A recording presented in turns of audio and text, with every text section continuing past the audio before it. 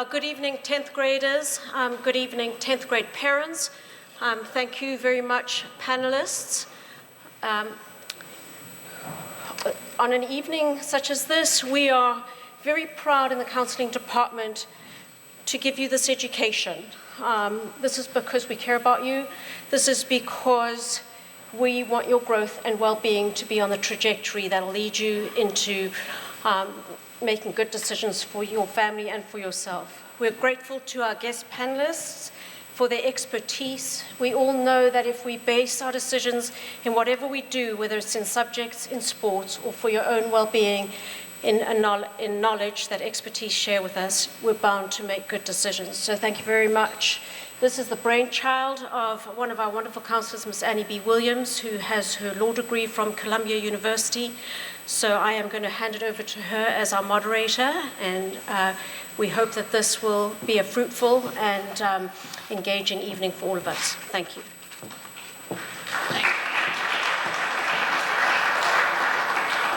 All right, friends, it's 6:34. I will have you out by 7:34. If you're quiet and you cooperate and you listen, okay? And I promise that if you do those things, you will learn a lot, okay? As Ms. Scholler said, I do have a law degree, and I actually practiced as a litigator for a number of years before I came to MBA. And so it's some of that background knowledge that informs kind of the way I put this together. It informs who's on the panel, and it informs the questions that we're going to address and how we're going to address them. I'm going to tell you what this is not first, and then I'm going to introduce the panelists. Tonight is not about the health risks of all of the activities we're going to discuss. We have talked about those in social awareness. The counseling office led by Ms. Scholler is here to address any of those questions, anytime, always. So if you have questions about drugs and alcohol and carelessness and reckless decisions that you think need that kind of help, come to us outside of this. This is really focused on the legal consequences of actions of teenagers, okay? That's what we're talking about. These are all lawyers up here, and we're going to address those issues tonight.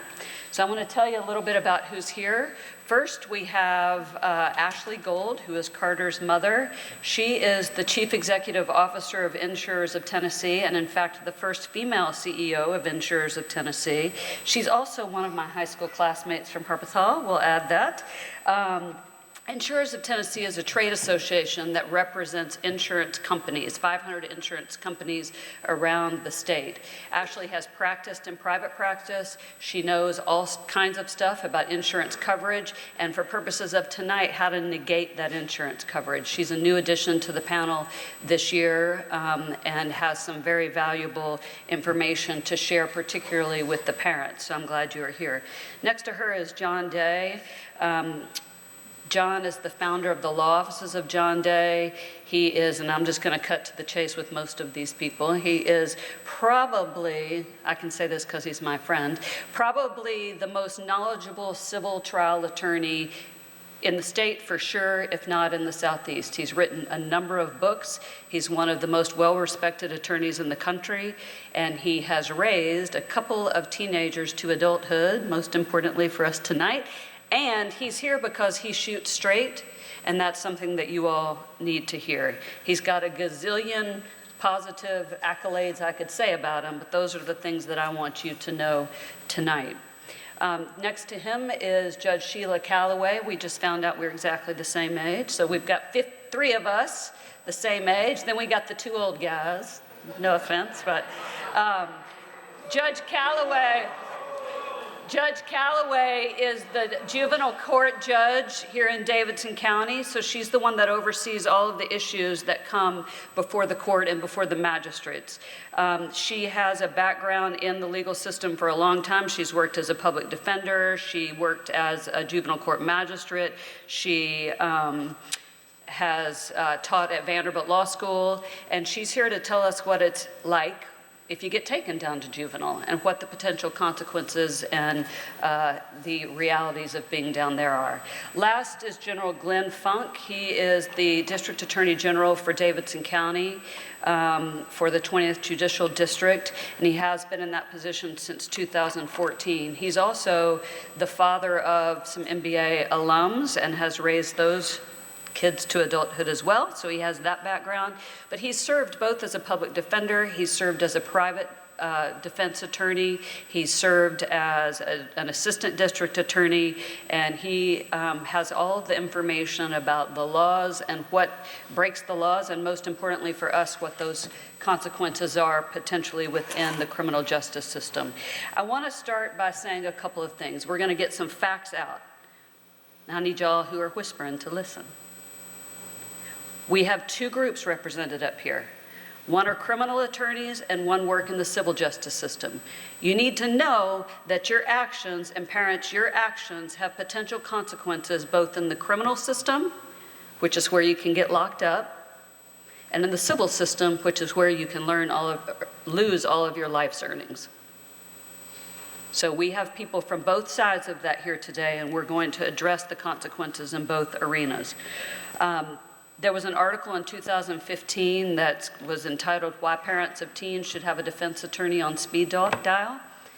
The reason is because almost all of the things that you're engaging in for the first time, drinking, driving, graffiti, fake IDs, trespassing, texting, curfew, sexting, sexual assault, your behavior online, shoplifting, all of those things and more have huge potential legal consequences that can follow you and your parents for a long time.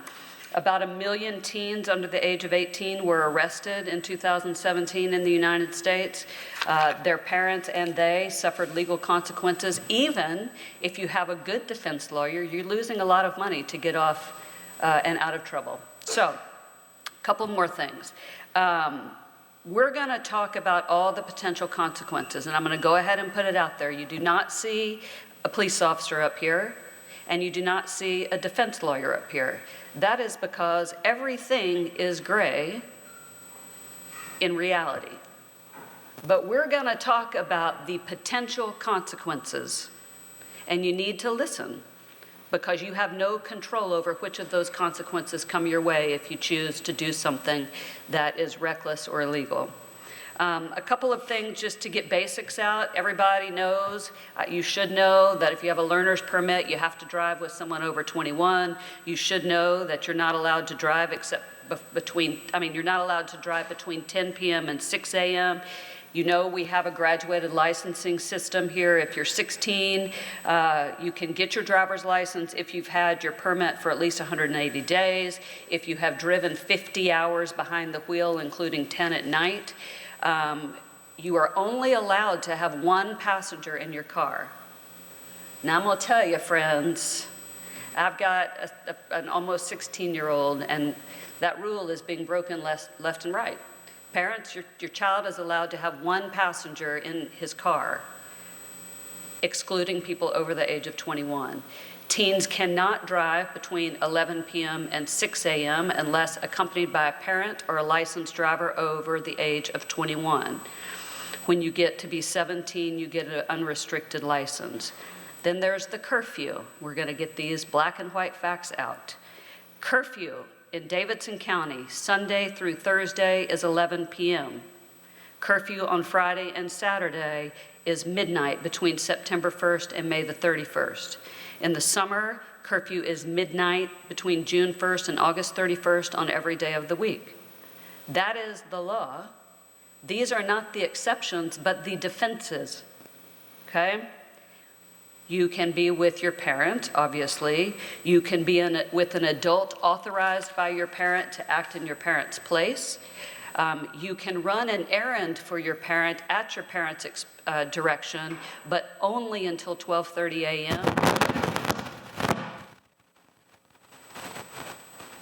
So parents, if you're, baking a cake and you're out of milk at midnight, your child has to be back by 12:30. Other defenses, and these are the things that you guys like to split hairs about, so I'm going to tell you the truth. If you're going to or from an event like church or an MBA school event, that is a defense, but the law says that your parents have to have given written notice to the police department in advance of that. So all y'all who think your parents can just send you a text when the police officer's standing on the side of the street, not right, okay? If you're going to or from work, you have to be going directly to or from work, and you have to carry written proof of that employment and that you were necessarily there after curfew, okay? Parents, you also have liability for the whereabouts of your children. It is unlawful for the parent of a juvenile to permit, either knowingly or negligently, the juvenile to break curfew. Okay? All right, we clear on that? Can you use a cell phone if you're driving a car at your age? No, there's nothing to argue about. The answer's no. Can you smoke tobacco or buy tobacco? No. What about electronic cigarettes? No. How about other kinds of drugs? No. There's no gray area. The answer is no. So don't ask some question if you can vape and drive because you can't vape. Okay? Drinking. How old do you have to be to drink legally in the state of Tennessee? 21. So can you drink in your garage at 18? No. Okay? Can you stay at your friend's house and drink as long as y'all hang out in the basement? No. You cannot drink in the state of Tennessee until you're 21. You can't buy alcohol, you can't share alcohol, you can't give alcohol, you can't use alcohol. It is crystally clear. Okay? So, now we're going to talk about the consequences if you choose to break those laws. Is everybody clear on the black and white of the law? Yes, ma'am. Okay, so here we go. And we'll go through some questions, and we're going to start with drinking, I think. Okay? If you're not allowed to buy alcohol at age 15 or 16 or 17, 18, 19, or 20, General Funk, is it legal to have a fake ID? No, it's not legal to have a fake ID. That's actually a felony to have a fraudulent document. And that's one of the crimes that when you're taken down to juvenile court, we're going to take very seriously. And that's not something where you end up just making an appearance in front of a probation officer. You're probably actually going to see the judge or one of the magistrates. So we take that very seriously. I know that many people at MBA have fake IDs. I get that. But if you get caught with it, the police department in Nashville is going to take it seriously. You're going to go to juvenile court, and my office, the district attorney, the prosecutors are going to take it seriously. And I guarantee you, well, I don't want to speak for you, Judge, but I imagine the juvenile court takes it very seriously as well. We're going to go to Judge Callaway in a minute about this question, but can you make a fake ID? That's even worse. Okay. And the other problem that sometimes happens is people order these online, or somebody's got a way to get one and they get shipped in. And a lot of times, federal postal authorities or folks at UPS will see what's coming through and alert law enforcement. And the next thing you know, law enforcement is coming to your house, knocking on the door, contacting your parents, contacting you. You never want to have a situation where you're talking to federal law enforcement. You think Judge Callaway's tough, the feds are even tougher. All right, can you use your older brother's ID? And how much do you look like him? Right? Obviously, your older brother's going to act like Peter denying Christ. He's going to say, oh, no, I never gave him authority to use my driver's license. He's going to deny that he knew that he lent you his driver's license, or that he knew that you even might obtain his driver's license. You cannot use somebody else's identification, no matter how much they look like you, no matter if it's family, no matter if it's your best friend at school. If you have an ID, and you can't say, well, I was just holding it for somebody, right? I wasn't really going to use this ID, right? Well, you know what? If you possess it, the police department and the prosecutors are going to assume that you possessed it with the intent to use it. So don't be carrying around other people who just happen to be 21's ID, or if you're buying tobacco or nicotine products, people who are 18 years old or older, in order to be able to buy some vape materials. All right, one last question for you, and then we're going to talk about what happens if you go to juvenile. What is, when you say it's a felony, what is a felony? A felony is a crime for which the maximum punishment is 1 year in jail or longer. A misdemeanor is a crime for which the maximum punishment is just under a year. Anything up to 11 months and 29 days would be a misdemeanor. Examples of misdemeanor would be simple assault, speeding, some like simple possession of marijuana for your own personal use. That's a misdemeanor. Felonies are a whole nother level up. It requires some crime of moral turpitude, like possessing a fraudulent document, committing a theft over $1,000, an aggravated assault, using a weapon in some way to do a robbery or a burglary. Those types of things are all felonies. All right, Judge Callaway. All right. I think I'm really cool and I've got myself a fake ID and I get caught. What happens when I get to juvenile court? So as Glenn said, when you come to juvenile court, that is a felony charge. And it makes a difference, not in the sentencing in juvenile court, but it makes a difference in when we determine if you get held in a detention facility or if you get to go home. So if it was a misdemeanor, you would automatically get to go home and have to come back for a court hearing at a later date. But it's a felony, your case has to be reviewed and whether or not you will be detained or not. And so let's say this is a Friday night and it's a felony. Your case won't be reviewed until Monday morning. And so you will get to stay in our nice facility until Monday morning. And you'll get to stay with people that you don't know and people that may have done more serious offenses, such as allegedly may have killed people or robbed people. And you get to spend the whole weekend with them. When you come in, you will be processed, you will be fingerprinted, your photo will be taken. You'll go through the database to see if there's any hits on any other crimes that might match your fingertip. You will be dressed out, so that means you'll be searched and then dressed out. And so you'll have to strip out of your clothes. They will do a full body search to make sure that you're not carrying anything with you. And then they will issue you a uniform. And you'll put that uniform on, and then you will go up to your cell. You will stay in, they have a cell for the new folks that come in over the weekends or whatever the day it is that you come in. You will stay until in that area. You get to have some time out in the general public area. If you get brought in on a school day, you'll have to go to school in that facility. You will have to eat when they tell you to eat. You do your recreation when they tell you to do your recreation. You have limited phone contact. If you are a fresh person, you may get one visit over the weekend. You may get one phone call over the weekend. And you will, that's pretty much what happens. What if I'm charged with a misdemeanor and you say I get to go home? Do I just get to walk in, call my parents, and walk out?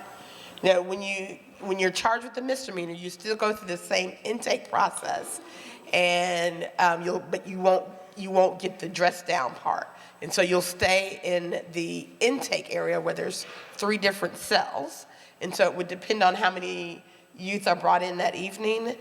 They could process on a normal basis anywhere between 10 and 30 youth at a time. And so you will be in one of the 3 cells with the rest of the youth that get processed that night. They will call your parents, and usually it takes at least about 4 hours that your paperwork gets done and your process and time for your parents to come get you. Then you will receive a summons for a court date when you come back to court and go through the process of the court proceedings. Okay, I've got one more question on that. I know the police officer has some discretion, not in the felony realm, but if there's a misdemeanor charge, whether or not to take you down to the juvenile court. Is the time that you get caught by a police officer and you're standing on the side of the street, is that the time to make your case? Absolutely not. More than likely, you will not win your debate with the police officer on the side of the street. What you should do is you should act with the utmost respect. You should recognize that the police officer doesn't know you from Adam, and doesn't know if you're carrying a weapon, doesn't know if you had a record until they look your name up, doesn't know anything about you. And so they are concerned about their own safety as well as your safety. And so if you get into a discussion or an argument or debate with the police officer, more than likely they will assume that that is you being a little combative, and they will say, well, we got one way to solve this. Let's go ahead and lock you up and bring you down to juvenile. On the other hand, if you are very respectful and very mindful to the police, then they may run your record, see that you don't have anything on your record, and give you an opportunity to get a citation, which means that you can report to court at a later date. And so it definitely depends on your attitude and how you approach the officer. And in all means, know that you probably will not win an argument on the side of the street. All right, so I go and I'm trying to buy some vaping stuff, and I'm stupid about it, so I don't even know what I would say if I bought it, but I'm using a fake ID. I get caught by the police officer. I go downtown charged with a felony. General Funks, you used to be a private criminal defense attorney. I'm calling you to get my kid out. What's the first thing you're going to say? Well, first I'm going to say, how long has he been in jail? Who have you talked to so far? What facts do you know about the case? Then I would say, back when I was a defense attorney, I would immediately make a couple phone calls down to the juvenile court to find out if what the parent thought that the child was arrested for was in fact what the child was arrested for, because sometimes kids will minimize, Mom, I got caught with alcohol, when really the child was caught with alcohol and marijuana and maybe something else. So I'll find that out. Then I will talk to the parent about, let's go down there together, because if I know that it's a misdemeanor, that the child will be able to be released to the parent as long as the parent is willing to take the child in and essentially assume custody of the child. And there's some parents that decide, well, we need to have tough love, buddy. You got into this problem. We're going to let you think about this overnight. Back when I was a defense attorney, one time I had a situation where parents who were divorced, the dad wanted to leave him in and the mom wanted to get him out. My recommendation as a prosecutor and as the defense attorney is, if you can get them out, go ahead and get them out. But it takes several hours to get your child home, and during that time you have the offender has a little bit of an awakening, but it's not something that you really want to have the lesson learned in that manner. And so the defense attorney will try to get him home with mom and dad as quickly as possible, because you never know for sure what is going to happen in the back. I mean, Are you going to do it for free? No. In fact, I think Sam's 7th grade tuition at MBA got paid for by 2008 or 9 steeplechase, when a ton of MBA and Ensworth 10th graders got caught with beer at steeplechase, and I got a ton of calls over the weekend, and then they had to come in and meet with me on Monday. Typical fees for juvenile court from a lawyer that's a top-tier lawyer that knows what they're doing is probably going to be anywhere from $1,500 to $4,000 for a juvenile court case. A lot depends on how serious the charge is. A lot depends on how many folks were arrested at a similar time. A A lot depends on what your record is and how much time the defense attorney is going to have to put into it. Obviously, if it's a situation where the child's charged with rape, it's going to be a whole lot higher than that. Yeah, but we're talking about typical underage possession of alcohol or a marijuana case or a shoplifting case. All right. Here are some questions that were submitted with regards to drinking, and I don't care who answers it. If your son has a friend, call him for a sober ride. Are there any legal implications for his having an intoxicated underage person in the car if he were to get pulled over? Sure. Anybody? That's a civil. That's a criminal. Well, first it's criminal. First, as to the criminal, if you are sober and there's no alcohol in your car, then you're not going to have a criminal implication for that because you're essentially being a good friend.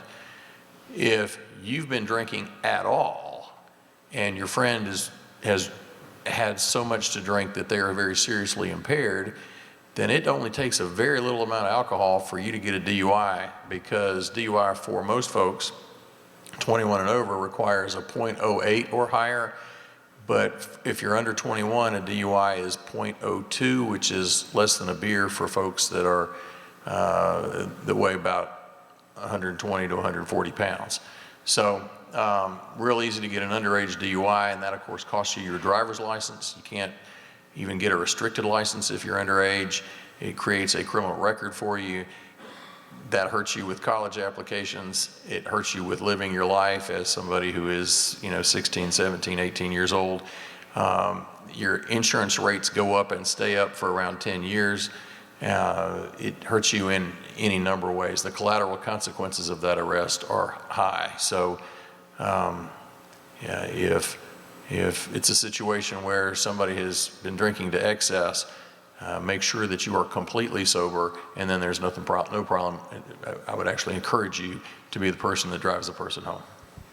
All right. I was just going to add. Oh, yeah, go ahead. Along with the collateral consequences, you will be placed on some type of court supervision, where you'll have to complete some type of alcohol and drug assessment and treatment, take drug screens on a regular basis. You'll have one of our support intervention accountability officers coming to your school to make sure that you are present and that you're doing what you're supposed to be doing at school. They can come to your home to do room checks, searches, to make sure you don't have any alcohol or anything illegal in your room at your home. They can require you to put, your curfew would probably be a lot earlier than 11 p.m. curfew. It'd probably be like an 8 o'clock curfew, and you would not be allowed to go out of the city without their permission, and a lot of different things that you'd have to do as part of the rules of probation. Okay, so they're talking less than one beer. Did everybody catch that part? Less than one. Okay, let's add some facts to the scenario.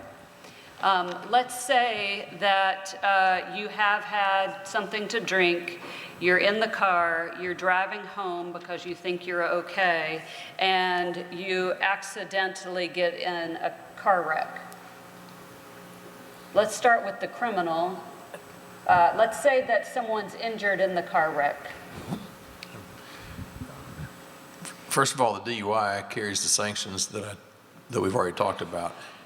If you have a car wreck and someone is injured and you were impaired at the time, then that becomes vehicular assault, which is a D felony, carries 2 to 12 years in prison. So it becomes exponentially worse.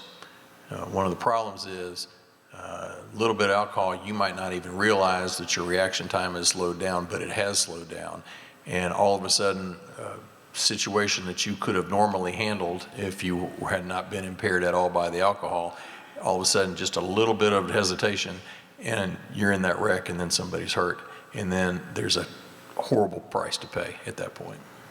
All right. John, what about civil consequences? Well, under those facts, if somebody other than you is hurt in the wreck, let's say first it's a passenger, that passenger can sue you for negligently operating your vehicle. And you and at least one of your parents will be responsible for what happened, because when you got a driver's license, one of your parents signed a certificate saying that they would be responsible for any harm that you caused while you were a minor operating a vehicle. So your parent is on the hook automatically. It is possible that both of your parents are on the hook depending on how the car was titled. So you are gambling your parents' insurance policy and maybe even their individual assets when you drink and drive and hurt somebody.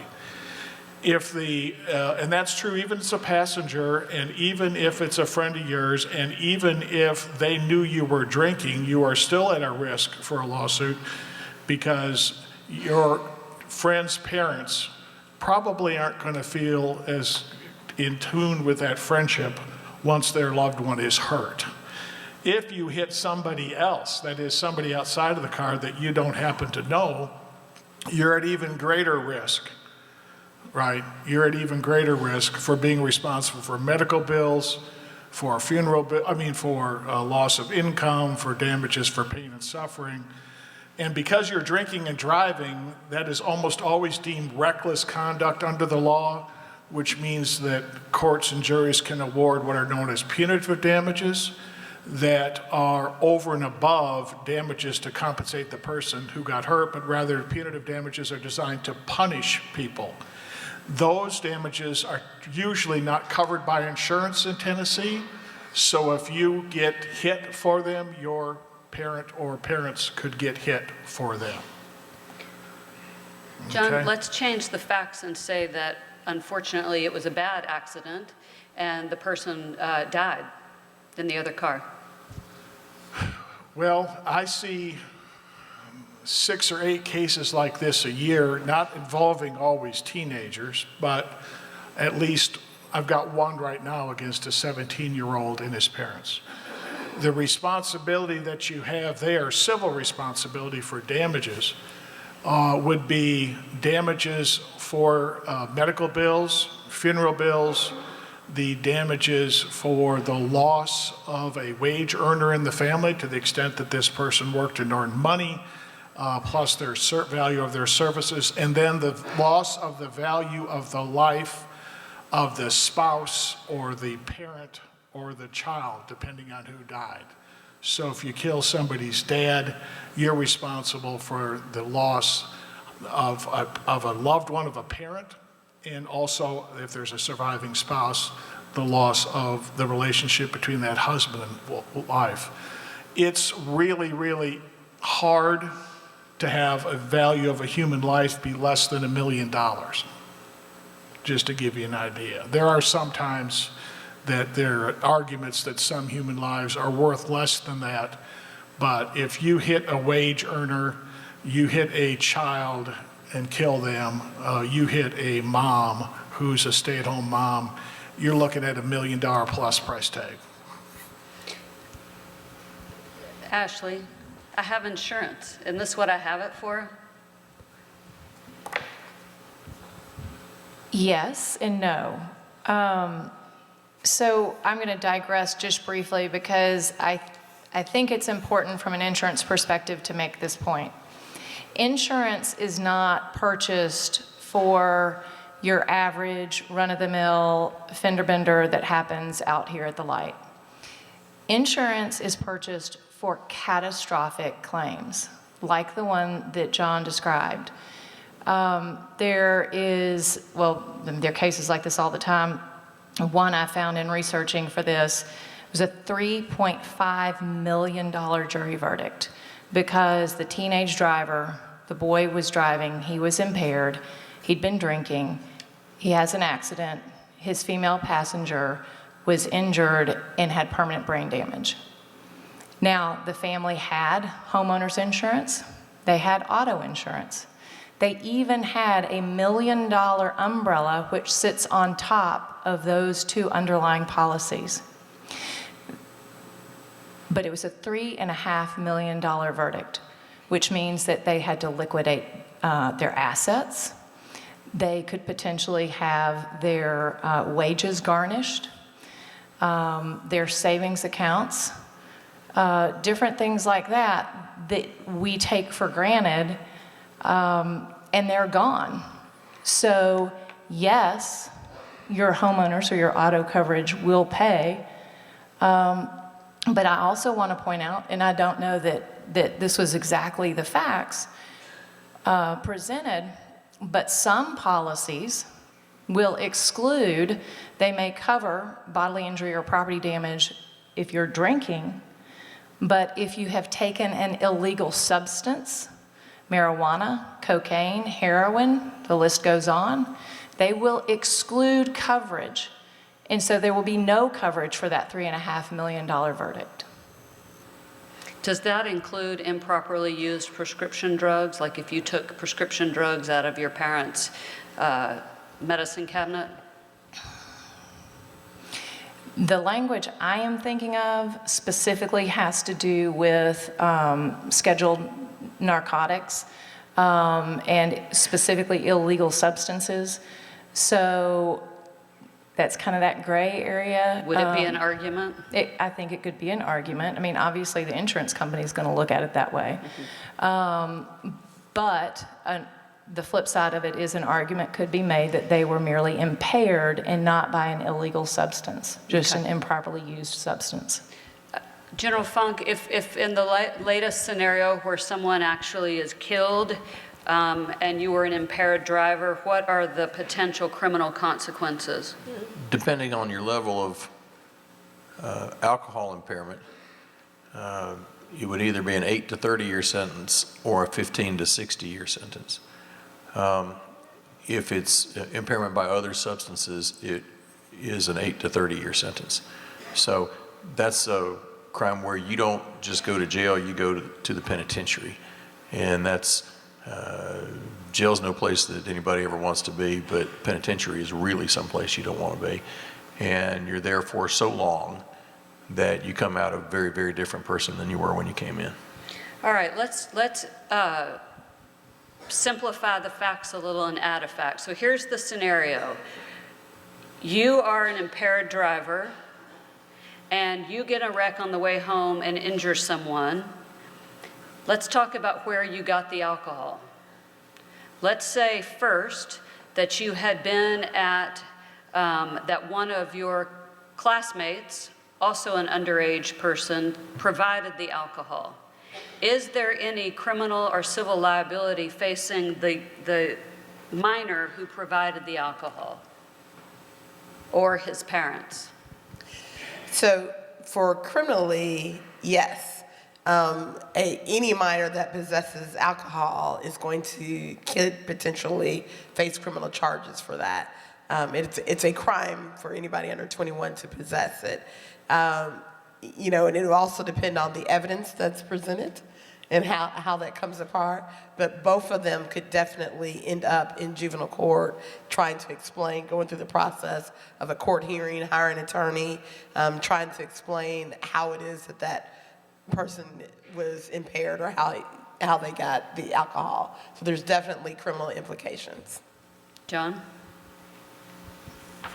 From a civil standpoint, the law is a little goofy, and the reason is the legislature chose to involve itself in it, and sometimes they do goofy things.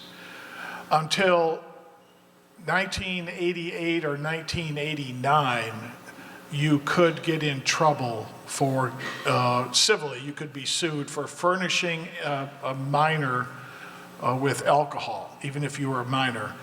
In 1988 or 1989, Senator Moore from Upper East Tennessee, who happened to own hotels and that had restaurants and bars in them, introduced legislation which eventually passed and was signed into law that said that if you furnish alcohol, you are not civilly responsible for the harm caused by the person drinking it. If you furnish it, not if you sell it, if you furnish it. So if I give you a six-pack of beer and you go out and drink it and get in a wreck and kill yourself, legally the law says I'm not responsible for that. From a moral standpoint, that seems ridiculous to me, but that is technically the law. Okay, well, let's ask about that then. So if I'm a parent, right? Why can't, I mean, can I have kids over and furnish them with alcohol? Well, you can furnish them where your potential risk is failure to control their activities when you do it. And that's where parents get into trouble, is that the rationalization, let me step back. We all know it's illegal to do this. It's a crime, it could contribute to the delinquency of a minor if you furnish alcohol to them, right? And the kids all know it's illegal for them to have it, much less to drink it. But the rationalization of some parents is, well, I know they're going to do it anyway. It makes more sense that I give it to them or I allow them to have it on my premises, and I'll sort of just monitor it and make sure that everybody's all right. And that's where that assumption of the responsibility to monitor and make sure everybody's all right can give rise to liability. You make it worse if you furnish it, but you get bad just being the social host, is what we call it in the law. And you can be held responsible because of the law deems a special relationship between you and the minors as you're hosting, even if you don't furnish, hosting this party, and you have a duty to exercise reasonable care for their safety. I think any parent who hosts a party or allows alcohol to be consumed on their premises by minors is a fool. And it is foolish. And I wish they could see the consequences of that sort of thing that I see. See, you have the right to let your kid drink in your house. You do. That's up to you. That's between you and your spouse and your child. And if you want them to have a beer at 12, or if you want them to sit around and watch the football game and drink beer, that's fine. And maybe you have a best friend, another parent, who will allow you to treat their child the same way. But you do not have a right to host a party with a bunch of kids coming and going and expose those kids to harm. And you certainly don't have the right to make decisions that are going to impact other people on the road when those kids leave. I mean, you're putting other people's lives at risk when you have those parties. It's just foolish. I understand the rationalization. That doesn't mean it's right. It's just plain wrong. It's morally wrong, and there's legal risk associated with it. All right, so listen, something happens, John. You've developed this special relationship because you've allowed or furnished alcohol to the kids, and something goes wrong. A kid, starts getting sick and chokes. A kid sneaks out the back and gets in a wreck. Then do you have any liability as the host of that party? You have potential liability. What's going to happen is that some parent is going to come to some lawyer like me and set forth the facts, and they're going to say, do you think I've got a case? And I'm going to almost always say, well, it sort of depends on a bunch of facts we don't know. Because you weren't there, your child is dead, they can't tell us what's there, other kids are buttoning up. They don't want to talk about it either. They're keeping their mouths shut. We hear a few whispers. The only way we're going to learn the truth is to file a lawsuit and start calling people in and require them to give statements under oath about what happened. And so what you've done then is guarantee that the next, at best, 2 years, maybe 3 years of your life is going to be involved in defending a lawsuit over whether or not you conducted yourself reasonably. And there's no way that any lawyer can predict what the answer to that question is going to be without knowing a whole lot of facts. Because at the end of the day, it almost always is going to be a question for some jury to decide, did you exercise reasonable care in controlling the environment where these kids were engaged in illegal activity? So, bottom line, at a minimum, your life is going to be a whole lot different for 2 or 3 years, even if you can live with the consequences of knowing that somebody died under your watch. Even if you can live with that, you either got the consequences of litigation and then the potential risk of loss. John, when you defend a lawsuit, how much do you charge per hour? When I defend today, Yeah. $750. $750 per hour. But I won't defend a personal injury cases or wrongful death cases. Just from a moral standpoint, I don't do it, but that's what I charge. So I wanted to make a point here. Again, insurance doesn't seem that sexy. But I want y'all to be aware that somewhere between 6 and 7 billion with a B dollars is spent on television advertising, telling consumers that insurance is all about the price. And I am here to tell you that insurance is not a commodity. It is a risk management vehicle. One of the things that I can tell you sitting here today is that some of the more active advertisers do not cover in their auto policy what is considered host liability.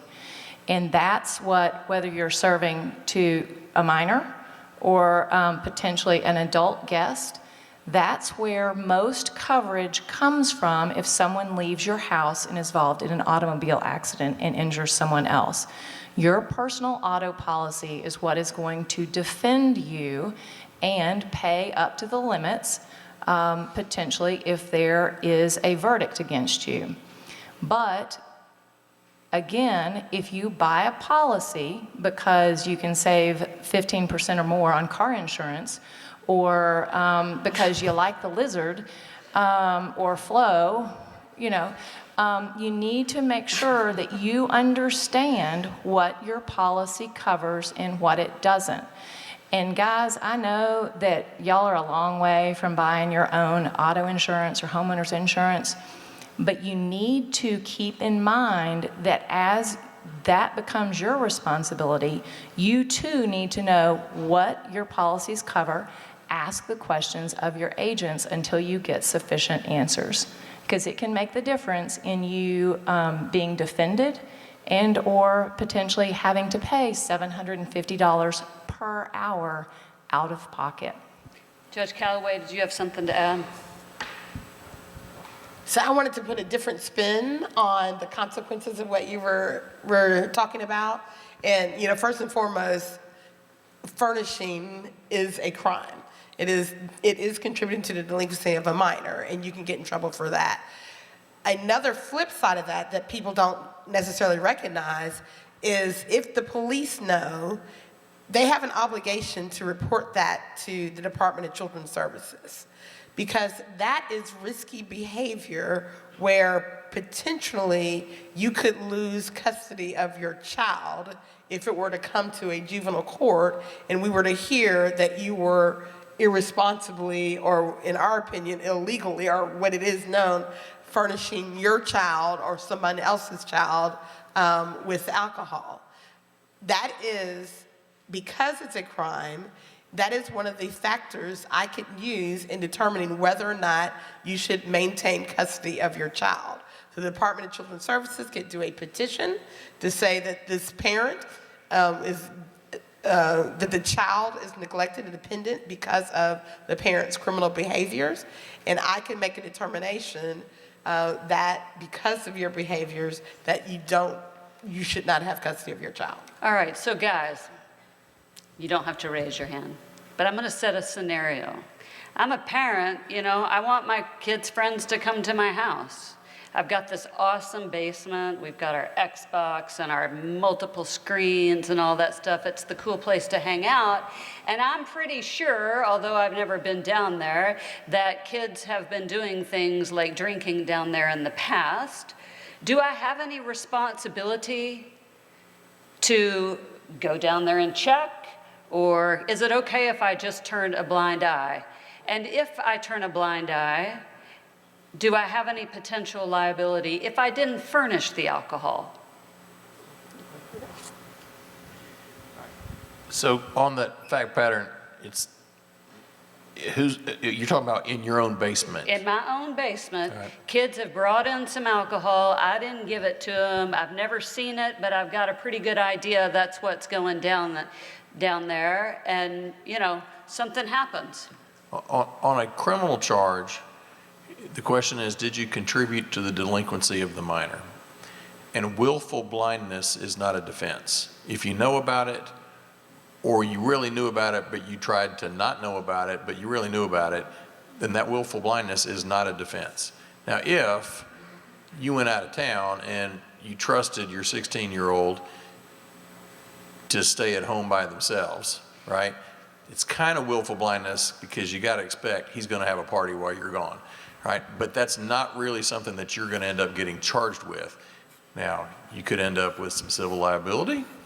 Your child it might cost you in the pocketbook because your child might get arrested for underage drinking when the party happens and somebody calls the police. The police knock on the front door, everybody runs out the back door. Guess what? Before they knocked on the front door, they stationed police officers at the back door to catch people running out. When you run out of the party, you cannot say, look, I wasn't drinking, because they're going to assume that everybody was drinking and everybody's going to be charged. But back to your question about what's the parent's liability, willful blindness is not a defense. If you know about it, you are guilty as well. If they really did sneak it in, but then the kind of people are going to assume that you knew or that you were engaged in willful blindness, and maybe you can convince a prosecutor or a judge or a jury that you really didn't know, but you don't want to put yourself in that position. All right, I want to ask one more question about the drinking and then go on to the last topic.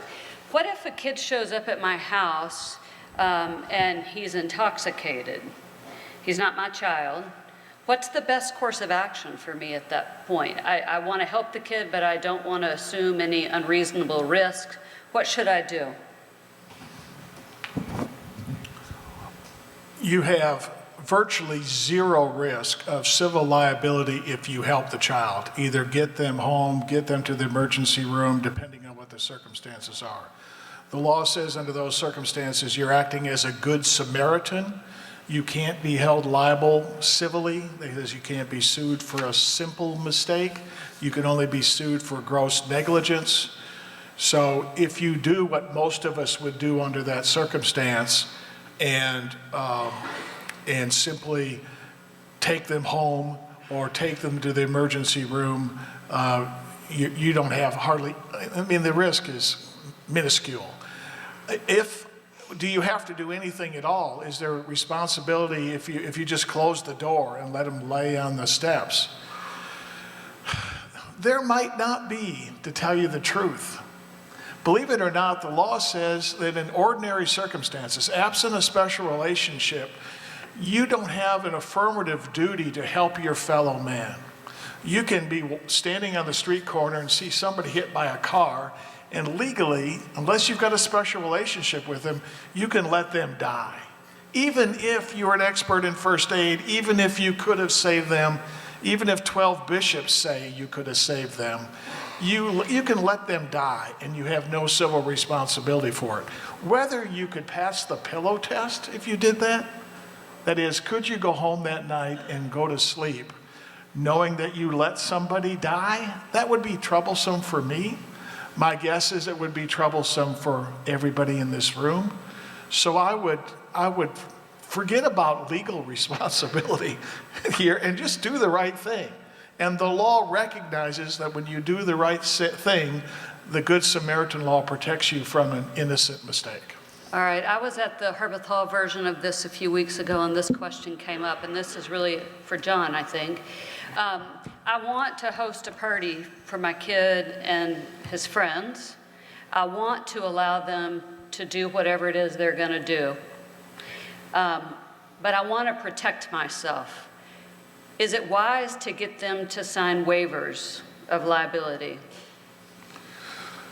Well, there's a whole lot of assumptions in there I disagree with, right? Yeah, tell them. Well, you want to do this, why? Because parents, you think it will be cool? Let me tell you something. I got a 28-year-old and a 24-year-old. I've been down this road. And guess what? My kids still love me, even though I didn't have a party for them where there was alcohol. They still love me. They do. I mean, there's been times when they've been extremely irritated with me about lots of things. And you know what? these things tend to work out. So I'd reject the whole premise. I think it is a mistake. I would always say no. I would put my foot down, and I wouldn't care. But if I was so foolish as to go down this road, I can't imagine anything more asinine than to try to protect oneself by asking the children, young adults under 21, to sign a piece of paper releasing me, an adult, of responsibility for helping them or allowing them to violate the law. That is foolish. You are increasing the risk of somebody criticizing your conduct. That waiver, there's no law directly on point. There is no law directly on point, but I would project that the Tennessee Supreme Court would rule that you cannot ask a minor to waive whatever the legal rights they might have arising from personal injuries or their parents from a death against a person who was supplying them or facilitating the illegal consumption of alcohol. There's no case on it because few people are that foolish to even think about that. It's just really a bad decision. I would not recommend it. And does it increase your risk of punitive damages? Well, I think it does, because what you're saying is, I know enough about this subject to know that I shouldn't be doing this, but I'm going to try to build in a little safety valve for myself where these kids purport to try to give up their legal rights. I mean, I could do any competent lawyer could destroy a person who attempted to take that course of action. It's outrageous to me. I mean, it's outrageous to me. All right, the last topic is having to do with sexual assault and sexting. There were some questions directly on these, so I'm just going to go through those. What is the legal exposure of both the child and the parent, presuming the parent's name is on the cell phone account, if a minor sends an inappropriate photograph of himself to another minor? I'll take this from the insurance perspective very quickly. You mentioned sexual harassment and then sexting. Number one, all policies I've ever read exclude illegal acts, so there will be no coverage for that. Separately for that, I would say considering drones and or cell phone videos and things like that, there could potentially be, not sexting, but an invasion of privacy claim if, say, there was a video or something and somebody felt that it was inappropriate, but not specifically illegal, that could potentially be covered by your homeowner's policy. And then secondly, on the sexual harassment, the best example I have is many years ago, Bill Clinton had claims against him for sexual harassment. And the question is, what were the repercussions? He had 2 umbrella policies, lots of insurance coverage, but once the invasion of privacy claim was dropped and all that remained were sexual harassments, he had no insurance coverage whatsoever. General Funk, is that legal? Is it even legal for a kid to send an inappropriate picture of himself to someone else? Not even of yourself. If it's on your phone, it stays on your phone forever. We can unlock it. And trust me, we can unlock almost everything these days. Once you send it, then it's out and you've sent it, and that's a whole nother level. To disseminate is even worse than just to have it on your phone. And the other problem is, if you receive it from one of your friends, here's this picture of this girl that we all know. Once you receive it, if you don't immediately delete it, then you've got a serious problem. And if you then send it out to a host of other people, then that counts as multiple images have just been sent, and that amps it up to a whole nother level of criminality. And we take those issues very, very seriously, whether it's a picture of a guy's private parts, whether it's a picture of a girl or her private parts, whether it's a picture of the 2 of them doing something together. That is all criminal in nature, and we take those charges very seriously. Okay, and I'm sorry, this only has 2 minutes. I got 2 minutes left. But the last question is, if a girl is drunk at a party, I would assume my son should be a gentleman and responsible and get her home safely. With stories about false accusations happening in college, is he safer calling her parents or his own parents to come get her home? And is that even realistic? What would you do? I mean, that's just the question, right? I mean, you're on a date, your son's on a date, the girl he took gets drunk. What's the best course of action? First of all, I trust that everybody in this room is a gentleman, scholar, and athlete, correct? Right? And so what happens when a friend or your date or your friend's date gets in that situation? Well, a lot of the perception of young men is that the thing to be afraid of is a false allegation of sexual assault toward you, right? But what you first and foremost need to do is work to make sure that she is safe, right? If she's in danger of alcohol poisoning, we need to get her to the hospital right away. If she has drunk so much to where she's not or barely conscious, then we don't take the risk of, well, hopefully she'll sober up. We take her to the hospital. If it's a situation where she's had too much to drink, but she's not in danger of alcohol poisoning, take her straight home. If you see something, if you see somebody else's date in that situation, if you see something, you say something, right? You immediately say something. You think this out ahead of time so that you know that the proper reaction, if you see something going on, you make sure that nobody else assaults her, because the problem is about 1,000 to 1. There's probably 1,000 rapes that go on or sexual assaults that go on for every false allegation of rape. The real problem that we have in high school campuses and high school society, as well as colleges and young adults, is not the false accusation of rape, because that might happen once in a blue moon. But the reality is rape happens and sexual assault happens way too frequently, and it's really up to the folks who are responsible, whose families have taught them responsibility, whose schools have taught them in responsibilities, and hopefully whose peers teach them responsibility to do what's right and to step up and to protect somebody who's gotten themselves in a position where they're vulnerable. All right, guys, I'm going to go over about 30 seconds because I want to say this. All of these are decisions that are difficult to make at the moment. These are things, and the reason we have these programs is so you can think in advance of what your answers are going to be or what your position's going to be at the time that you're forced to make that decision.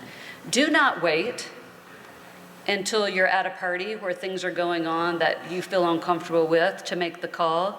There's too much going on at that minute. Think in advance of who you want to be, how you want to act, and go ahead and make up whatever goofy excuse you need to make up before you get in that situation. It's the smartest thing to do. I want to thank our panelists so much for being here. I know it's a little tedious, but all of these are super important things, and we had the best of the best here. So thank you.